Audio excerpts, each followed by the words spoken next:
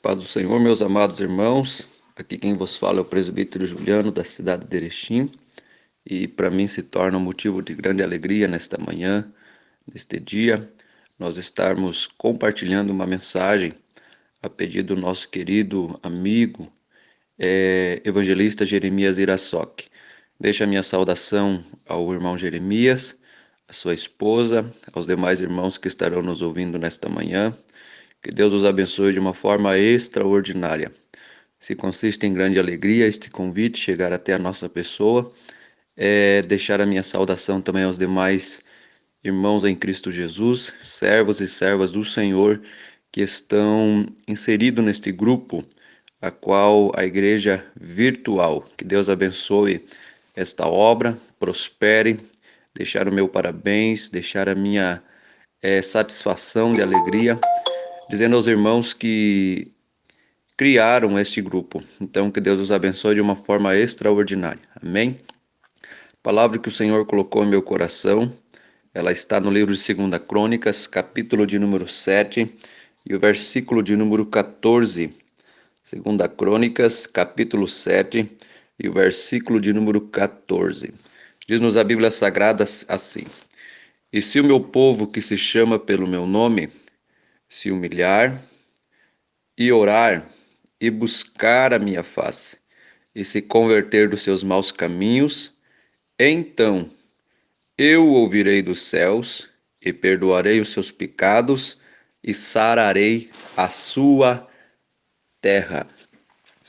Uma palavra extraordinária que Deus, ele dirige o próprio Deus falando com Salomão, após Salomão ter a sua segunda visão. A primeira visão, Deus lhe aparece em sonho, quando ele estava dormindo, e o Senhor pede a ele o que ele desejava, e Salomão simplesmente pediu sabedoria ao Senhor. Deus então lhe dá mais do que sabedoria, lhe dá riquezas, lhe dá fama, e o nome de Salomão é conhecido por todo lugar. Agora Salomão ele tem o desejo no seu coração de construir uma casa para Deus. Davi já tinha esse desejo, seu pai, porque todos os deuses daquela época tinham uma casa, um santuário, para que os deuses pagãos daquele tempo em que eles adoravam tinham a sua própria casa. Todavia, o Deus invisível que eles chamavam, todo mundo olhava e via que não tinha uma casa. Era um tabernáculo que era montado e desmontado em certo tempo e levado para muitos lugares. Agora, Davi, ele tem no seu coração o desejo de montar uma casa fixa para Deus. A Bíblia diz que Deus fala para Davi que ele não pode montar porque ele tem as suas mãos manchadas de sangue. Todavia dá este privilégio a Salomão erguer, edificar uma casa para Deus. A Bíblia vai nos falar que Salomão ele adere este desejo e ele tem no seu coração este desejo. Também Davi ele faz o projeto, é colocado na mão de Salomão. Salomão ele ergue o templo, a casa de adoração para Deus, e quando está tudo pronto, os ornamentos, as colunas de bronze, tudo feito da forma em que Deus deu o projeto para Davi, a Bíblia vai nos falar que Deus desce sobre a casa em forma de nuvem, de uma nuvem de fumaça, e fala novamente com Salomão. Por que Deus fala com Salomão? O povo daquele tempo estava vivendo uma escassez.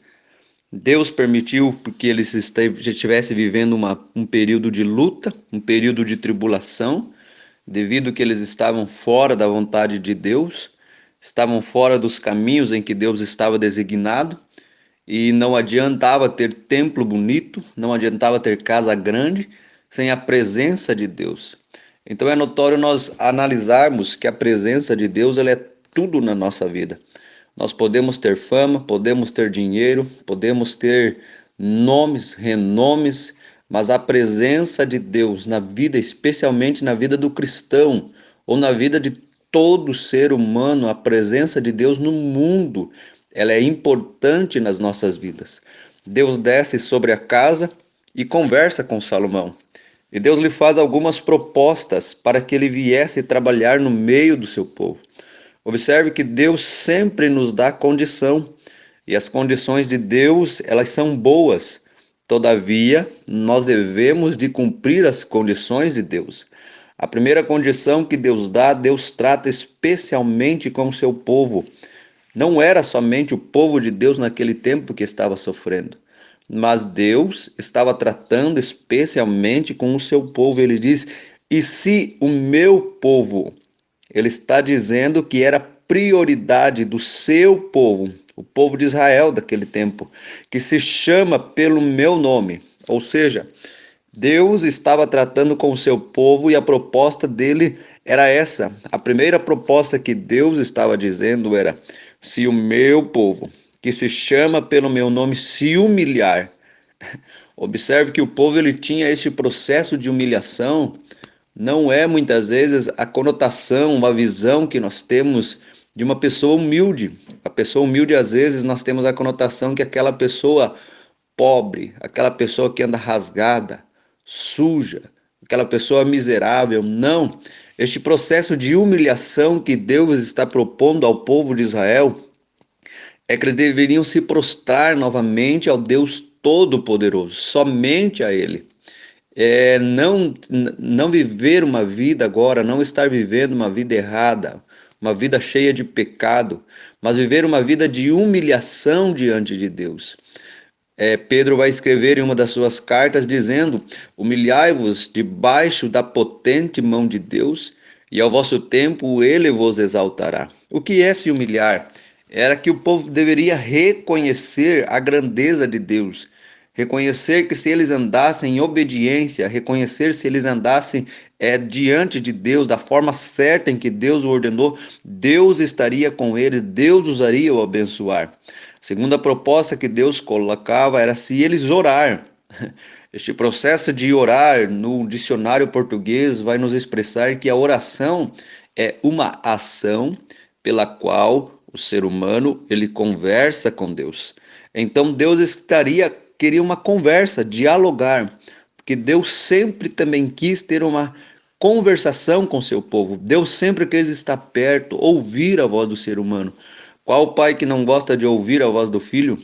Qual pai que não gosta de ouvir o seu filho chamar de pai?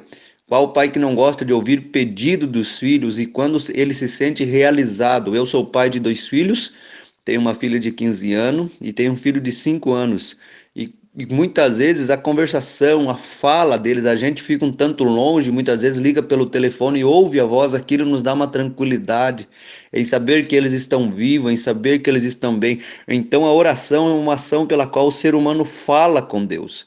Então Deus ele deseja ouvir a nossa voz, mas ele vai mais além, ele vai dizer: e buscar a minha face.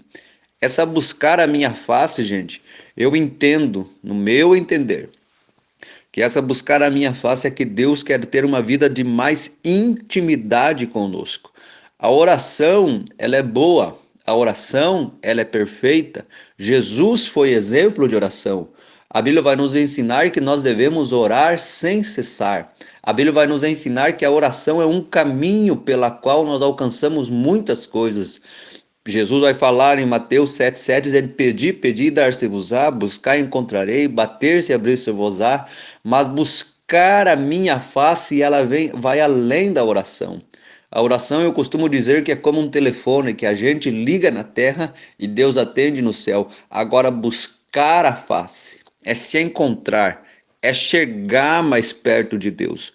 O que Deus está desejoso em nosso tempo em que nós estamos vivendo. E não adianta a gente culpar o mundo, não adianta a gente culpar os governos, não adianta a gente culpar os políticos, não adianta culpar os pastores, não adianta culpar ninguém. Às vezes o problema está, e ele está infiltrado em muitas casas, em muitos lares, em muitos casamentos, em muita empresa, e muitas vezes dentro de nós, porque nós estamos deixando de exercer esses exercícios que Deus colocou para Salomão.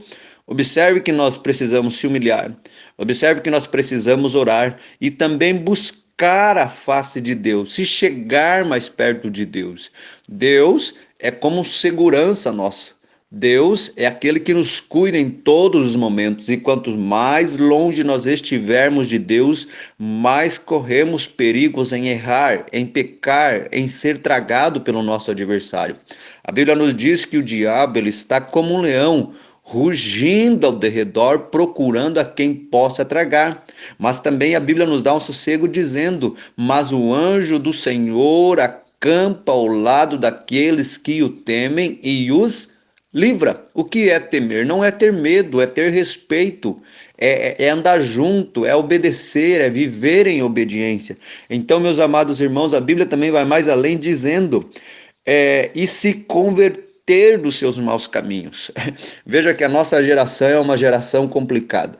Eu pregava esse final de semana e diria na congregação, quando estava ministrando, que a nossa geração é uma geração complicada, é uma geração que não quer mais depender de Deus, é uma geração que o conhecimento ele chegou à cabeça de muitas pessoas. Eu louvo a Deus porque Deus tem levantado pessoas com um conhecimento extraordinário, mas muitas vezes este conhecimento ele está assumindo a presença de Deus.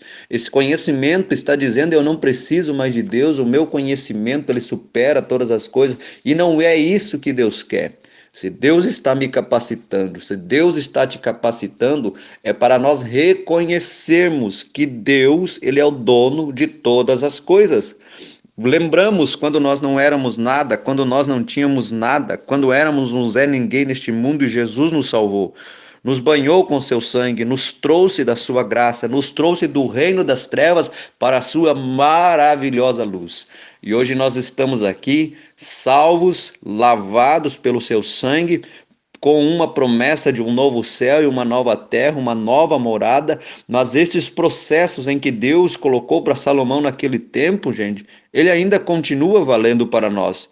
Se nós não tivermos uma vida, se nós não formos o seu povo, se nós não pertencermos à sua linhagem, não entraremos no céu.